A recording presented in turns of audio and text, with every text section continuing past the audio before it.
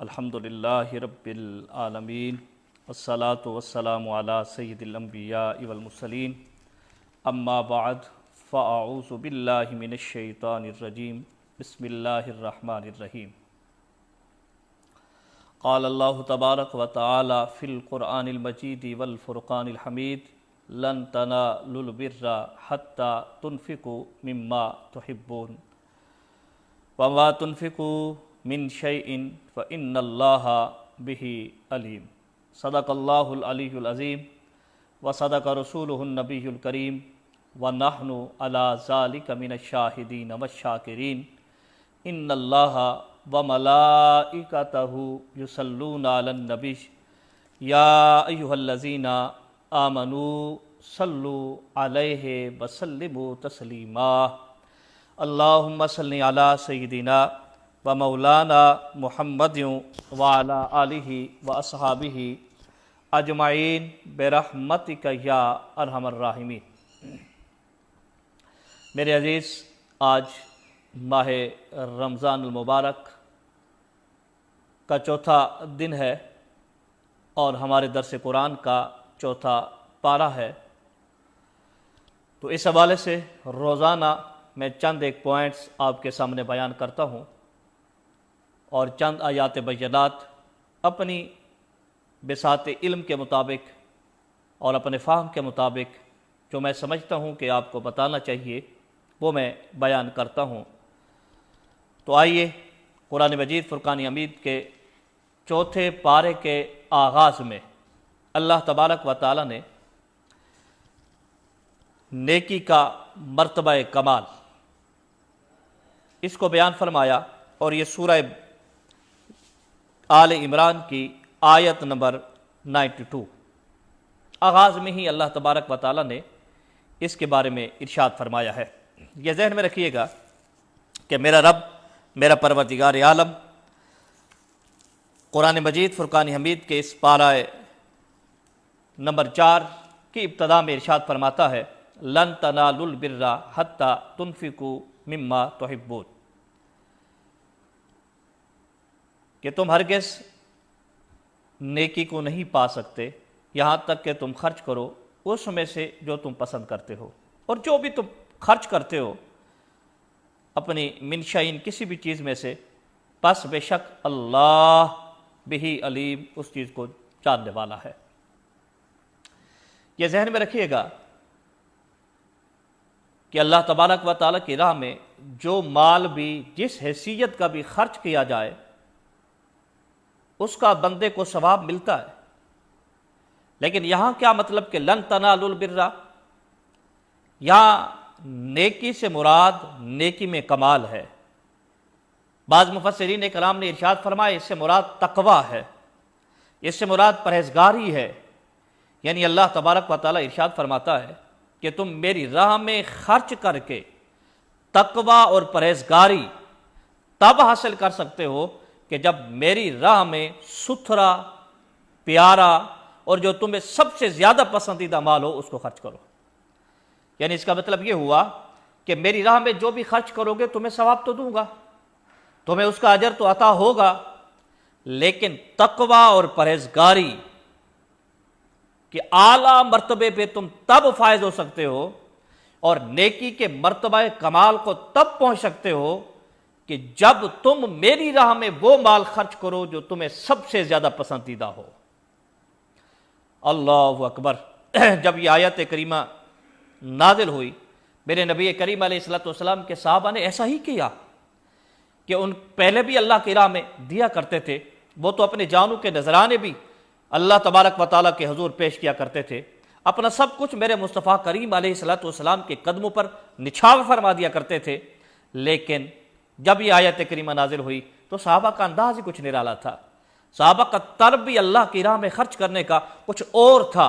جناب حضرت ابو طلحہ رضی اللہ تعالی عنہ مفسرین نے ان کا اس واقعے کو نقل فرمایا کہ جب یہ آیت نازل ہوئی تو ان کا سب سے پیارا باغ بیر و روحا بایا بیر و ہا یہ اپنے باغوں میں سے آپ کو زیادہ پسندیدہ تھا بیروحا، حضور نبی کریم علیہ الصلوۃ والسلام کی بارگاہ میں حاضر ہو گئے، عرض کرتے ہیں یا رسول اللہ صلی اللہ تعالی علیہ وبارک وسلم، قرآن میں اللہ تبارک و تعالیٰ نے یہ لن تنالوا البر حتی تنفقوا مما تحبون ارشاد فرمایا ہے، تو لہٰذا میرا مال تو بہت ہے، میرے باغات بھی ہیں، ان باغات میں سب سے زیادہ پسندیدہ باغ جو میرا ہے وہ بیروہا ہے، لہٰذا میں اسے اللہ تبارک و تعالیٰ کی راہ میں خرچ کرنا چاہتا ہوں۔ جناب نبی کریم علیہ الصلوۃ والسلام نے اس کو پسند فرمایا اور آپ نے ارشاد فرمایا کہ یہ اپنے رشتہ داروں میں تقسیم فرما دو۔ اللہ اکبر، یہاں یہ بات بھی ملوز خاطر رہے کہ جب صدقہ و خیرات کرنے لگیں تو پہلے اپنے قرابت داروں میں دیکھیں، اپنے رشتہ داروں میں دیکھیں، جو جتنا زیادہ قرابت دار ہے اپنے، اگر صدقات واجبہ ہیں تو اصول اور فروع کے علاوہ ان کو دیکھیے، آپ کا بھائی ہے، آپ کی بہن ہے، آپ کا چاچا ہے، آپ کی چاچی ہے، پھوپھو ہے، دیگر اعزاء و قرب رشتہ دار ہیں، دیکھیں اگر ان میں کوئی آپ کے اس صدقہ و خیرات کا زیادہ حقدار ہے تو پہلے اس کو دیجیے۔ اسی طرح ایک اور واقعہ اس آیت کریمہ کی تفسیر میں مفسرین کرام نے نقل کیا، جناب حضرت عمر بن عبدالعزیز اللہ اکبر، جن کی خلافت کو خلافت راشدہ کہا گیا، اور ان کا دور حکومت اللہ اکبر، یہ ایک علیحدہ تفصیل طلب ہے، اس کو پڑھیے گا مفسرین کرام نے جو تفسیر میں لکھا، محدثین نے، مورخین نے، جو جناب عمر بن عبدالعزیز علیہ رحمہ کی دور حکومت کا ذکر کیا، یہ پڑھنے کے قابل ہے۔ بہرحال آپ کی عادت کریمہ تھی شکر کی بوریاں منگواتے اور وہ اللہ کی راہ میں خرچ کرتے۔ لوگوں نے کہا حضرت بجائے اس کے آپ رقم خرچ کر دیا کرو، تو آپ نے اس آیت کریمہ کو پڑھا لن تنالوا البر حتی تنفقوا مما تحبون، کہ اللہ تبارک و تعالیٰ نے قرآن میں ارشاد فرمایا، یہی آیت کریمہ پڑھ کر تو فرماتے ہیں مجھے سب سے زیادہ پسند شکر ہے، تو میں چاہتا ہوں کہ اپنی پسندیدہ شے ہی اللہ کی راہ میں خرچ کروں۔ حضرت عبداللہ ابن عمر رضی اللہ تعالیٰ عنہ فرماتے ہیں جب یہ آیت کریمہ نازل ہوئی تو میں نے غور کیا کہ میرا جتنے مال و اسباب ہے ان میں سب سے زیادہ پسندیدہ شے کون سی ہے، تو آپ فرماتے ہیں کہ مجھے میری باندیوں میں سے ایک باندی سب سے زیادہ عزیز تھی، فرماتے وہ میں نے اللہ کی راہ میں اس کو آزاد کر دیا۔ تو یہ میرے نبی کریم علیہ الصلوۃ والسلام کے صحابہ کرام کی سیرت ہے، ان کا کردار ہے، اور قرآن مجید فرقان حمید کو کس طرح وہ فالو کیا کرتے تھے، اور درس قرآن کو کس طرح انہوں نے اپنی زندگیوں پر نافذ کیا ہوا تھا، کہ جیسے قرآن مجید فرقان حمید کی آیت کریمہ نازل ہوئی، میرے نبی کریم علیہ الصلوۃ والسلام کے پیارے صحابہ نے اللہ کی راہ میں تو پہلے بھی دیتے تھے، پھر زیادہ خرچ کرنا شروع فرما دیا۔ اللہ اکبر، تو پہلا پوائنٹ اور پہلی اہم بات، قرآن کی تو ہر بات اہم ہے، جو آپ کو بتانا مقصود ہے وہ یہ ہے کہ نیکی کا مرتبہ کمال کیسے حاصل ہوگا، تقوی اور پرہیزگاری اپنا مال خرچ کرنے میں کیسے حاصل ہوگا۔ ایسا نہیں کہ گھر کی فالتو چیز اٹھا کے خرچ کر دیں، وہ بھی قیمت والی ہے تو اللہ ثواب دے گا، لیکن سب سے پسندیدہ شے اللہ کی راہ میں خرچ کرو گے تو اللہ اس کا زیادہ اجر عطا فرمائے گا۔ اس سے آگے قرآن مجید فرقان حمید کا چوتھے پارہ اور آیت نمبر 93 میں اللہ تبارک و تعالیٰ نے ایک واقعے کی طرف اشارہ فرمایا، کل الطعام کان حلا لبنی اسرائیل الا ما حرم اسرائیل علی نفسہ من قبل ان تنزل التوراۃ قل فأتوا بالتوراۃ فاتلوها ان کنتم صادقین۔ میرے مصطفیٰ کریم علیہ الصلوۃ والسلام اونٹ کا گوشت تناول فرمایا کرتے تھے، اونٹنی کا دودھ نوش فرمایا کرتے تھے، تو نصارہ نے کہنا شروع کر دیا، یہود نے کہنا شروع کر دیا کہ یہ تو انبیاء کرام علیہ الصلوۃ والسلام پر حرام چلا آ رہا ہے ان کا گوشت، آپ نبی ہونے کا دعویٰ بھی کرتے ہیں اور وہ کھاتے بھی ہیں، نبی ہونے کا دعویٰ کرتے ہیں، اونٹنی کا دودھ بھی پیتے ہیں۔ تو اس میں قرآن مجید فرقان حمید میں اللہ تبارک و تعالیٰ نے جناب نبی کریم علیہ الصلوۃ والسلام پر جو یہ اعتراض ہوا اس کا جواب میرے پروردگار نے عطا فرمایا۔ فرمایا کہ پیارے حبیب علیہ الصلوۃ والسلام یہ جو کہہ رہے ہیں یہ من گھڑت ہے، یہ غلط ہے، سارے کھانے بنی اسرائیل پر حلال تھے۔ ہاں، جناب یعقوب علیہ السلام نے اپنے اوپر اونٹ کا جو گوشت ہے یہ تناول کرنا حرام کیا ہوا تھا، آج خود کیا ہوا تھا، میرے رب نے نہیں کیا تھا۔ تو یہ کہتے تھے جی تورات میں ہے، تو میرے رب نے کہا پھر پیارے حبیب صلی اللہ علیہ وسلم انہیں کہو تورات لے آؤ، قل فأتوا بالتوراۃ فتلوها، پڑھو میرے سامنے ان کو تم صادقین۔ حالانکہ میرے نبی کریم علیہ السلام بظاہر کسی کے پاس پڑھنے کے لیے نہیں گئے تھے، لیکن رب نے سارے علوم میرے مصطفیٰ کریم کو عطا فرما دیے۔ تو فرمایا پھر تورات لے آؤ، تم جو کہتے ہو تورات میں اونٹ کے گوشت کو حرام کا قرار دیا گیا ہے تو لے آؤ میرے سامنے پڑھو۔ تو وہ نہیں لا سکے، اس لیے کہ تورات میں اونٹ کے گوشت کو حرام نہیں کیا گیا تھا۔ تو اس لیے میرے عزیز اس مقام پر اس آیت کریمہ کے حصے میں اللہ تبارک و تعالیٰ نے جناب نبی کریم علیہ السلام پر اٹھنے والے اس اعتراض کا جواب ارشاد فرمایا۔ پوائنٹ نمبر 2، اور یہ آیت نمبر 96 اور 97، جس میں اللہ تبارک و تعالی نے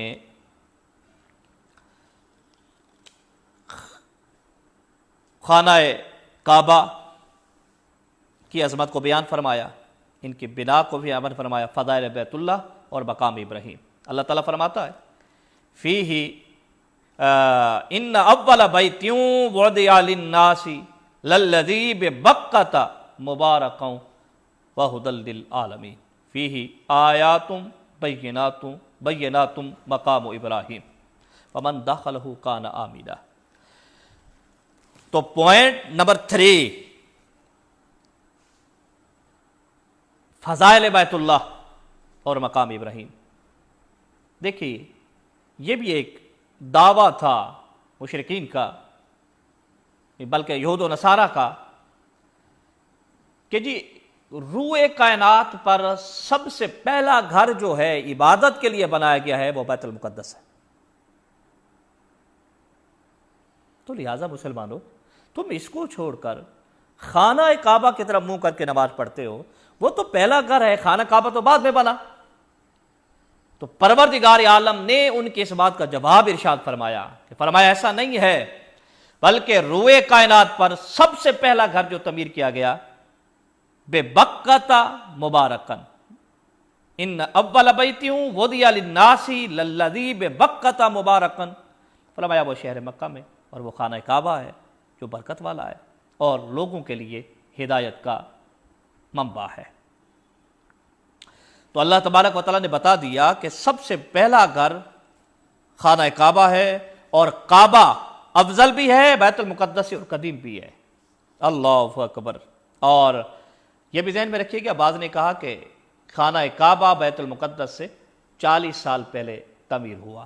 بہرحال یہ بات اپنی جگہ پہ مسلمہ ہے مورخین کے یہاں، محدثین کے یہاں، اہل سیر کے یہاں، کہ بیت المقدس سے پہلے خانہ کعبہ کی تعبیر ہوئی اور خانہ کعبہ مارد وجود میں آیا۔ اور قرآن مجید فرقان حمید میں تو اللہ تبارک و تعالیٰ نے واضح فرما دیا کہ ان اول بیت وضع للناس، کہ جو لوگوں کے لیے، لوگوں کی عبادت کے لیے سب سے پہلا گھر روئے زمین پر جو تعمیر ہوا وہ خانہ کعبہ ہے، اور اسی خانہ کعبہ کے اوپر فرشتوں کا کعبہ ہے بیت المعمور، بالکل اس کے اوپر۔ اور خانہ کعبہ کا جو حدود اربع ہے یا محل وقوع ہے وہ پوری زمین کا وسط ہے۔ اللہ تبارک و تعالیٰ نے خانہ کعبہ کو بڑی عظمت عطا فرمائی ہے۔ خانہ کعبہ کی عظمت اور فضیلت میں یہ بات کیا کم ہے کہ سب سے پہلی عبادت گاہ خانہ کعبہ ہے، اور پھر تمام لوگوں کے لیے ہے۔ بیت المقدس تو مخصوص انبیاء کلام علیہ السلام کی امت کے لیے تھا، لیکن خانہ کعبہ تو سب کے لیے۔ اور پھر نیکی کا ثواب خانہ کعبہ میں 1 لاکھ کے برابر ہے۔ حج بیت المقدس کا کبھی نہیں ہوا، خانہ کعبہ کا حج فرض ہے۔ اسی طریقے سے قرآن میں ہے مقام امن، فرمایا ومن دخلہ کان آمنا، یہ اعزاز بھی صرف مسجد الحرام کو حاصل ہے، خانہ کعبہ کو حاصل ہے، اس کے علاوہ کسی اور کو حاصل نہیں ہے۔ اور پھر نشانیاں بھی اسی میں ہے مقام ابراہیم. جناب ابراہیم، مقام ابراہیم کیا ہے؟ وہ پتھر ہے جس پہ جناب ابراہیم علیہ السلام خانہ کعبہ کی جب تعمیر فرما رہے تھے تو اس پتھر پر چڑھ کر، جب وہ بلند ہو گئی دیواریں، تو پتھر پر چڑھ کر آپ خانہ کعبہ کی تعمیر کرتے تھے. اور اس کی خاصیت یہ تھی کہ جو دیواریں اوپر ہوتی جاتی تھیں یہ اوپر ہوتا جاتا تھا، اگر کام نیچے ہوتا تو یہ تھوڑا سا نیچے ہو جایا کرتا تھا. اور یہ پتھر بھی کتنا خوش نصیب ہے کہ اس نے اپنے سینے میں اللہ کے پیارے خلیل جناب ابراہیم علیہ السلام کے قدموں کو جگہ دے دی. اور خدا نے پھر کتنا پروٹوکول دیا اس پتھر کو، فرمایا واتخذوا من مقام ابراہیم مصلی. میں تو پتھروں سے روکتا ہوں، لیکن یہ وہ پتھر ہے کہ جس کے قرب میں آ کر تم نے دگانہ ادا کرنا ہے. واجب طواف کرنے کے بعد خانہ کعبہ کا میرا اللہ فرماتا ہے کہ مقام ابراہیم پہ آ کر 2 رکعت نوافل تم نے ضرور ادا کرنی ہے. یہ رب نے پروٹوکول اس پتھر کو عطا کیا ہے، جس پتھر نے جناب ابراہیم علیہ السلام کے قدمین شریفین کے نقش اپنے سینے میں قائم و دائم رکھے. اگر ایک امتی اپنے نبی کریم علیہ السلام کے نقش قدم پر چل پڑے، اور وہ بھی خاتم النبیین، شفیع المذنبین، اللہ کے پیارے حبیب و محبوب مصطفیٰ کریم علیہ السلام کا امتی، اور وہ اپنے نبی کریم علیہ السلام کی زندگی کو اپنے دل و دماغ میں نقش کر لے، تو بتاؤ اللہ اسے کتنا پروٹوکول عطا فرمائے گا دنیا میں، قبر میں، حشر میں. اور اس کی زندہ مثالیں موجود کہ جس نے بھی نبی کریم علیہ السلام کی سیرت طیبہ کو اپنایا، میرے پروردگار عالم نے اسے بہت بلند مرتبہ عطا فرمایا ہے. اللہ اکبر. تو یہاں پہ تیسرا پوائنٹ تو 96 سے 97 فضائل بیت اللہ اور مقام ابراہیم کے حوالے سے میں نے آپ کے سامنے بیان فرمایا. اچھا، مفسرین نے ایک بہت بڑی پیاری بات لکھی خانہ کعبہ کے حوالے سے. وہ یہ لکھتے ہیں کہ خانہ کعبہ کو رب نے یہ اعزاز بخشا ہے کہ کوئی پرندہ خانہ کعبہ کے اوپر نہیں پرواز کرتا، بلکہ جب خانہ کعبہ کے قریب آتا ہے تو دائیں بائیں ہو جاتا ہے، اپنے راہ بدل دیتا ہے. یہ خانہ کعبہ کو حیثیت حاصل ہے. اور اس کے ساتھ ساتھ یہ بھی ذہن میں رکھیے گا کہ اگر کوئی پرندہ بیمار ہو جاتا ہے تو شفا لینے بھی خانہ کعبہ کے قرب میں جاتا ہے، وہ فضاؤں میں چلا جاتا ہے، اللہ اسے شفا عطا فرما دیتا ہے. اور یہ بھی اس دھرتی کو کمال حاصل ہے کہ یہاں وحشی جانور بھی آپس میں نہیں لڑتے، بلکہ وحشی جانور یعنی وحشی جانوروں میں سے کوئی وحشی جانور یعنی وہ کسی اور کا شکار نہیں کر جائے. کتا حرم پاک میں ہرن پر حملہ نہیں کرتا.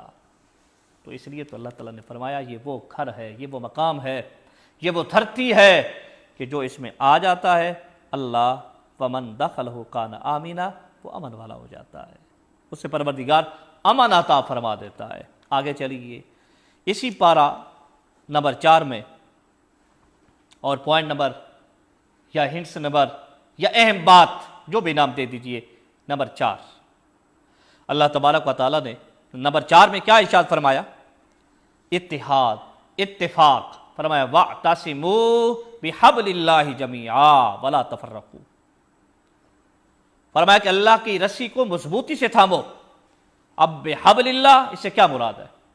بعض مفسرین نے فرمایا اس سے مراد قرآن ہے، بعض نے فرمایا اس سے مراد جماعت ہے. اللہ اکبر، جو سواد اعظم ہے اور وہ اہل سنت و جماعت ہے. وَاعْتَصِمُوا بِحَبْلِ اللَّهِ جَمِيعًا وَلَا تَفَرَّقُوا. اس کا یہ مطلب نہیں ہے کہ سواد اعظم سے نکل کر چند افراد کوئی ایک گروہ بنا لیں اور اس کا نام جماعت المسلمین رکھ لیں اور کہیں کہ جی یہ تم نے تفرقہ بازی میں امت کو بانٹا ہوا ہے، لہذا جماعت المسلمین میں داخل ہو جاؤ. وہ خدا کے بندو، اگر گھر میں سے کوئی بیکاٹ کر کے علیحدہ نکلتا ہے تو اب گھر والوں کو نہیں کہا جائے گا کہ وہ اصل ہے اس کی طرف لوٹ جاؤ، بلکہ اسے کہا جائے کہ گھر کی طرف لوٹو. تو اس طرح کے نام رکھ لینے سے وہ اصل نہیں ہو جاتے. بحبل اللہ سواد اعظم اس سے مراد ہے، اور سواد اعظم اہل سنت و جماعت ہے. اللہ اکبر. تو اس پر میں انشاءاللہ کبھی کلام کروں گا. تو لہٰذا اتحاد و اتفاق سے مراد صلح کلیت نہیں ہے کہ جی سارے ٹھیک ہے، بلکہ اس سے مراد کیا ہے؟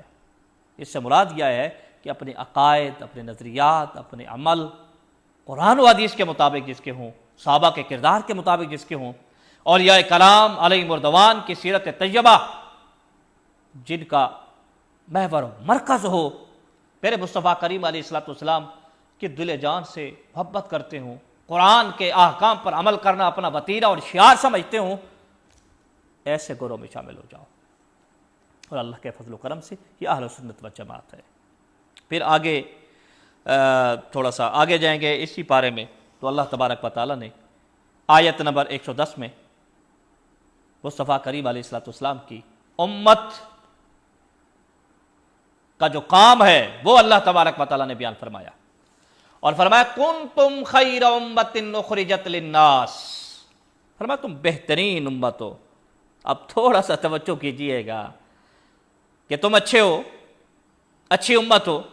میرا استاد اگر مجھے کہے کہ تم اچھے ہو، میرا شیخ مجھے کہے کہ تم اچھے ہو، سارا علاقہ مجھے کہے کہ تم اچھے ہو، میرے لیے بڑی پروٹوکول کی بات ہے۔ لیکن بتاؤ اگر مصطفیٰ کریم علیہ الصلوۃ والسلام کہہ دیں کہ تم اچھے ہو، میرے نبی کا بھی رب، میرا بھی رب، ساری کائنات کا رب، رب العالمین، بنانے والا، اللہ خالق کل شیء، اگر وہ کہہ دے کہ اے امت محمدیہ تم اچھے ہو، کتنے بڑے اعزاز کی بات ہے، کتنے بڑے پروٹوکول کی بات ہے۔ کیوں اچھے ہو؟ اخرجت للناس، تم نکلتے ہو لوگوں کے لیے، تأمرون بالمعروف، نیکی کا حکم کرتے ہو، وتنہون عن المنکر، گناہوں سے روکتے ہو، وتؤمنون باللہ، اللہ پر ایمان لاتے ہو۔ اللہ اکبر، ولو آمن اہل الکتاب لکان خیر لہم، اگر اہل کتاب بھی ایمان لائیں تو ان کے لیے اچھا ہے۔ اللہ اکبر۔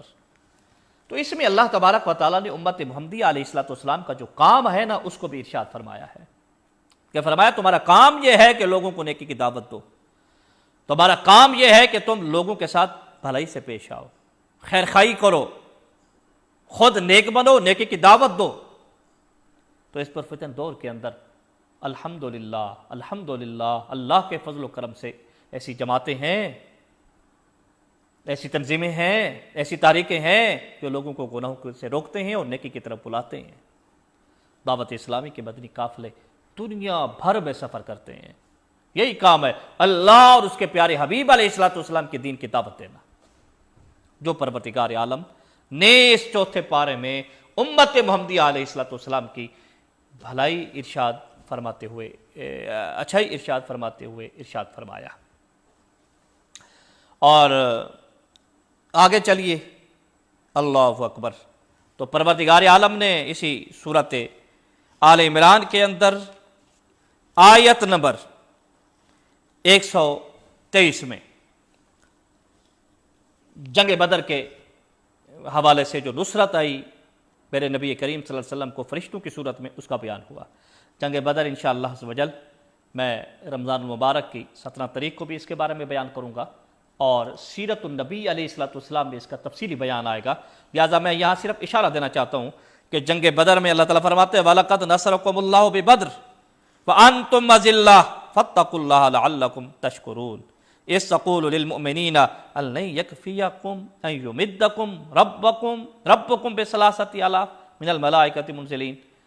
تو اللہ تبارک و تعالیٰ نے فرمایا پیارے حبیب علیہ الصلوۃ والسلام وہ اپنے صحابہ کو آپ کا ڈھارس بندھانا، آپ کا ہمت دینا، ان کو ثابت قدم رکھنا، صبر کی تلقین کرنا، یہ ساری باتیں ہمارے سامنے ہیں۔ اور پھر ہم نے بھی فرشتوں سے آپ کی مدد کی تھی، اور پھر 313 لشکر جرار پہ غالب آ گئے تھے، اور کائنات نے یہ منظر پہلی مرتبہ دیکھا کہ وہ بھوکے پیاسے، مال و اسباب بھی جنگ کے کم تھے، لیکن لشکر جرار پر ایسے حاوی ہوئے کہ امت مسلمہ کا سکہ بیٹھ گیا۔ اللہ تبارک و تعالیٰ نے جنگ بدر میں امت مسلمہ کو فتح عطا فرمائی تھی۔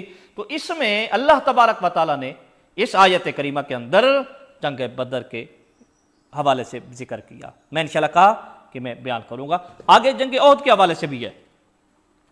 تو جنگ احد کے حوالے سے بھی اللہ تبارک و تعالیٰ نے ارشاد فرمایا، لیکن وہ بھی انشاءاللہ عز و جل میں 144 نمبر آیت کریمہ میں، اور وہ بھی میں سیرت النبی علیہ الصلوۃ والسلام کے درس میں مکمل جب اس کی جگہ آئے گی تو بیان کروں گا۔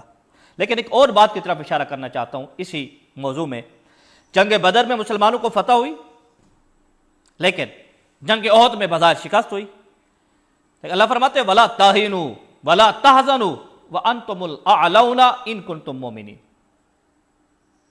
اللہ اکبر، تھکو مت، ہمت مت ہارو، خوف مت کھاؤ، وانتم الاعلون، بلندی تمہیں ہی ہے اگر تم مومن ہو۔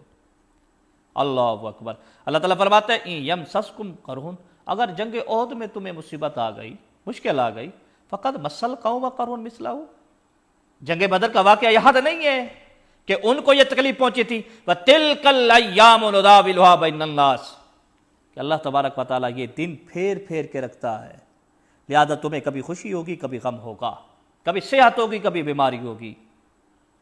اے میرے پیارے نبی کے پیارے صحابہ، کبھی فتح، کبھی شکست، ہمت نہیں ہارنی۔ آج کے مسلمانوں سے بھی میں یہی کہتا ہوں، ہمت نہیں ہارنی، اس لیے کہ بظاہر یوں لگتا ہے کہ یہ ہم پہ غالب آ چکے، اور یہ اپنے جو حالات ہیں اس وقت کے، کرونا وائرس کے بارے میں بھی مختلف پیشن گوئیاں ہو رہی ہیں، بہرحال جو بھی ہے، گریٹر اسرائیل بنانے کے وہ چکروں میں ہیں، جو بھی کر لیں غلبہ ہمارا ہے، جو بھی کر لیں امام مہدی ہمارے ہیں، جو بھی کر لیں جناب عیسیٰ علیہ السلام کا نزول ہوگا، غلبہ امت محمدیہ علیہ السلام کا ہوگا، وَأَنْتُمُ الْأَعْلَوْنَ۔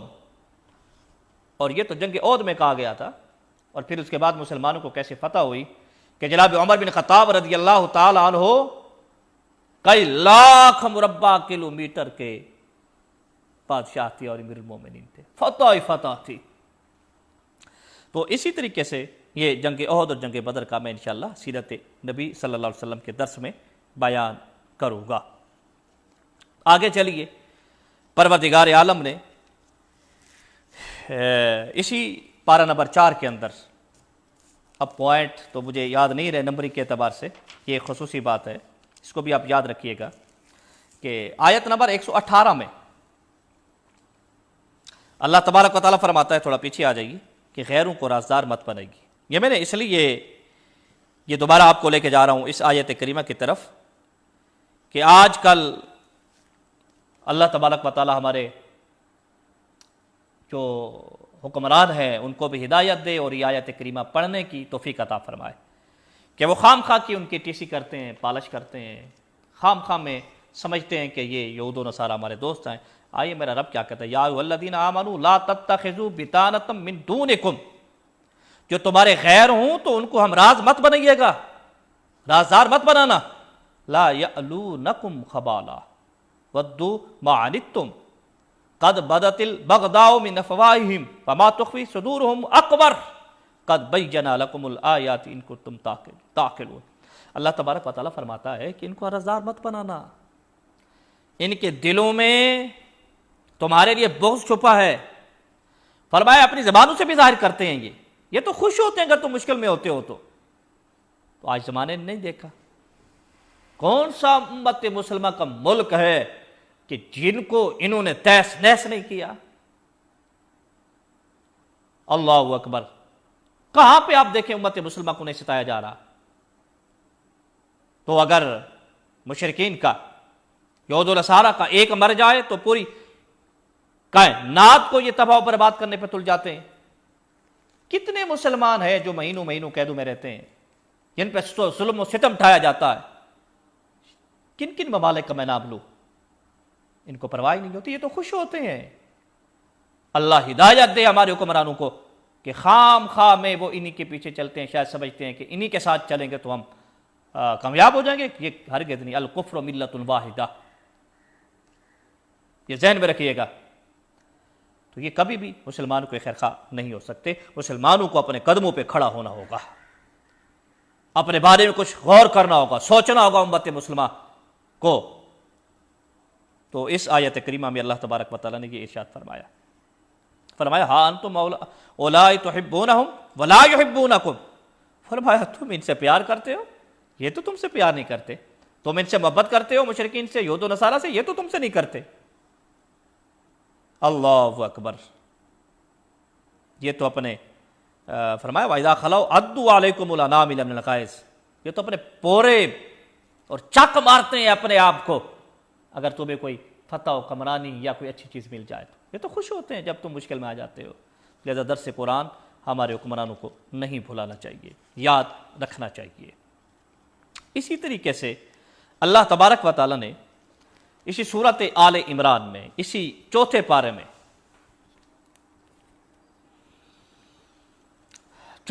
میں مصطفیٰ کریم علیہ الصلوۃ والسلام کے اخلاق کو بیان فرمایا۔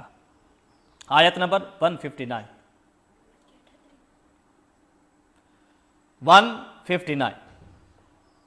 فرمایا فَبِمَا رَحْمَةٍ مِّنَ اللَّهِ لِنْتَ لَهُمْ فَلَوْ كُنْتَ فَظًّا غَلِيظَ الْقَلْبِ لَانفَضُّوا مِنْ حَوْلِكَ فَاعْفُ عَنْهُمْ وَاسْتَغْفِرْ لَهُمْ۔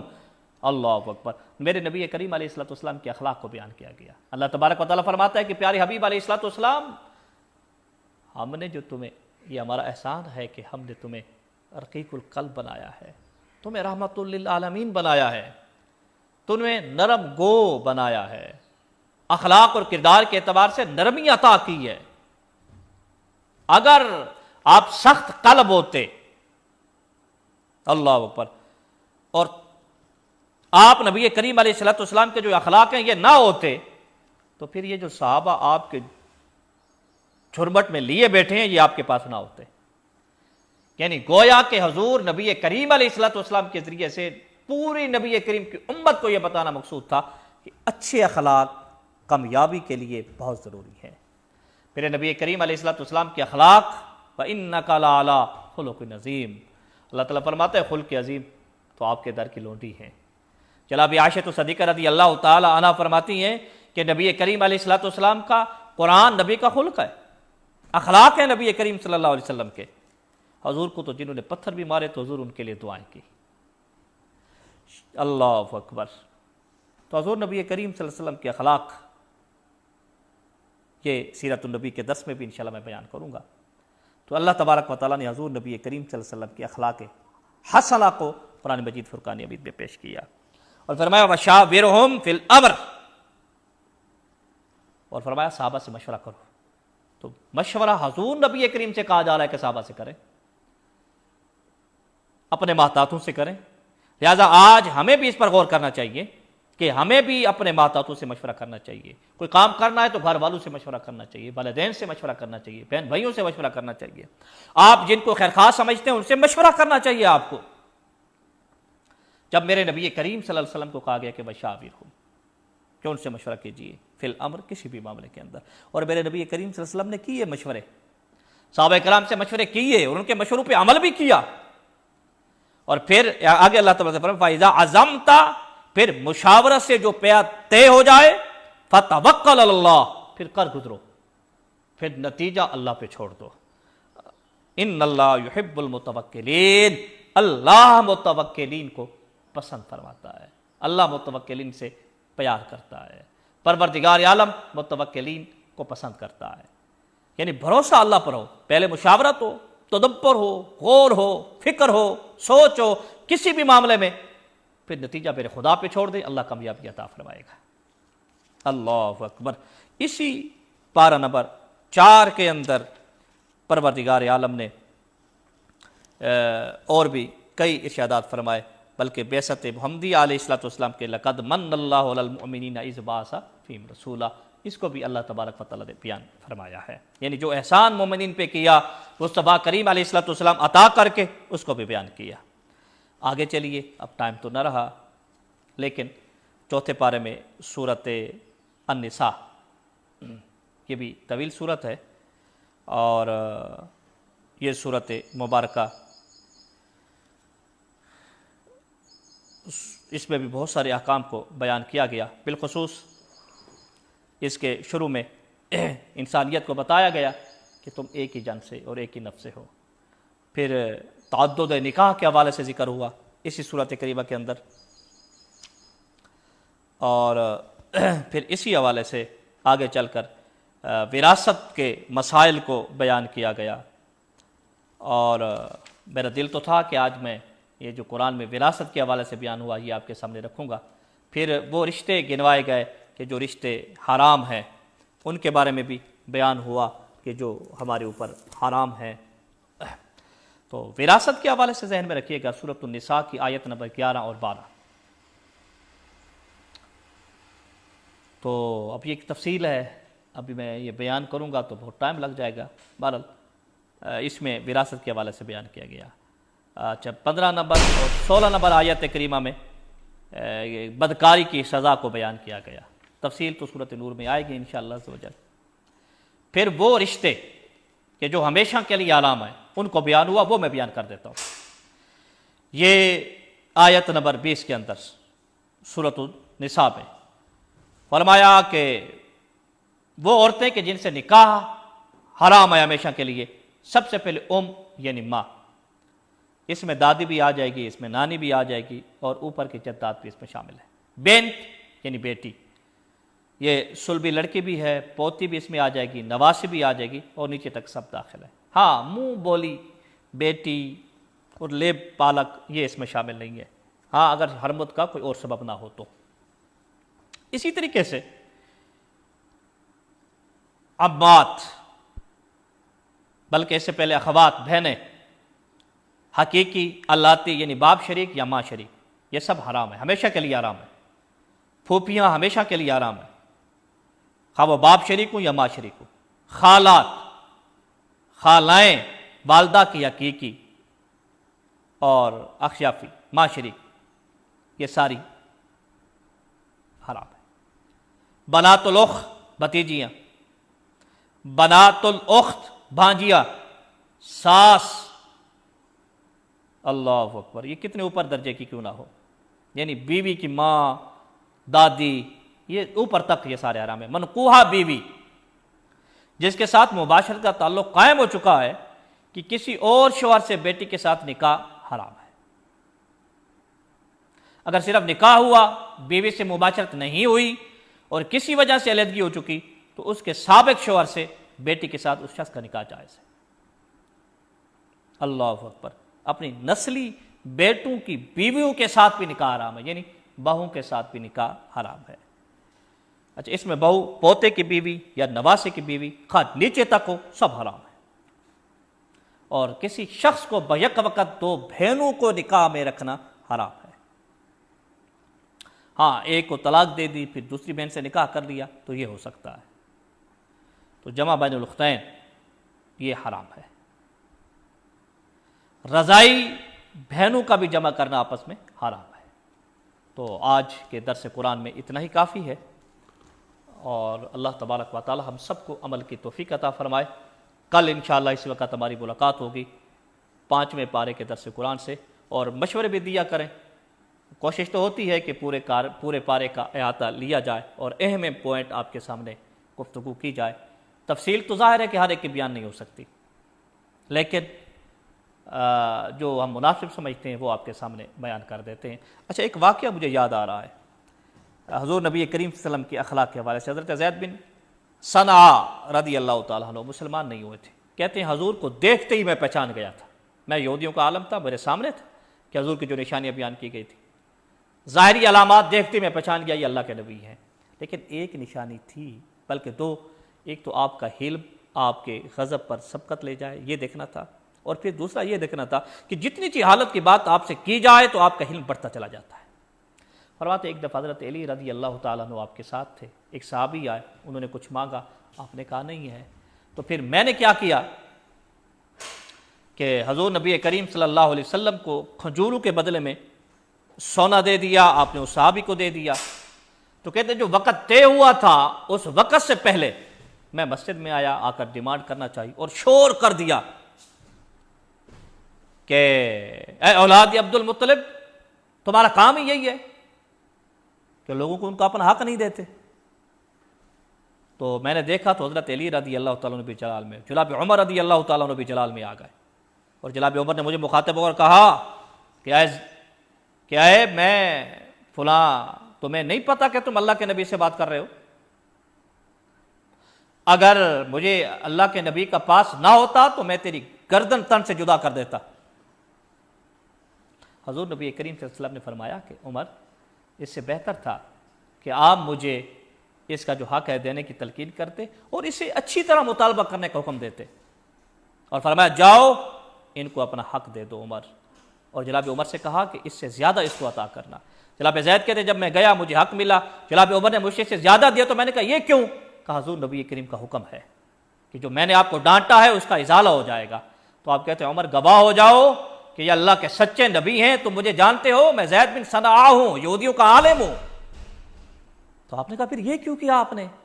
کہا حضور کے ظاہری علامات نبوت کو تو میں جانتا تھا، بس ان کو میں نے پرکھنا تھا آپ کے علم اور بردباری کو، کہ آپ کا علم آپ کے غضب پر سبقت لے جاتا ہے، اور جہالت کی جتنی بات کرتے چلے جاؤ آپ کا علم آپ کے غضب پر غالب آتا چلا جاتا ہے۔ اور آج میں نے دیکھ لی ہے، کلمہ پڑھا اور اپنا مال اللہ کی راہ میں خرچ کیا، اور حضور نبی کریم صلی اللہ علیہ وسلم کے پاس جا کر بھی کلمہ پڑھ کر حضور کی امتیوں میں شامل ہو گئے۔ یہ تھے حضور کے اخلاق، یہ تھا کردار، قرآن میں اس کو بیان کیا گیا۔ اللہ تعالیٰ ہمیں عمل کی توفیق عطا فرمائے۔ ہمارے پیج رفیق الاسلام، اس کو لائک بھی کیجیے گا، شیئر بھی کیجیے گا۔ اللہ تبارک و تعالیٰ ہم سب کے ان کاوشوں کو قبول فرمائے اور ماہ مقدس میں عبادات کا ذوق عطا فرمائے۔ وآخر دعوانا ان الحمد للہ رب العالمین۔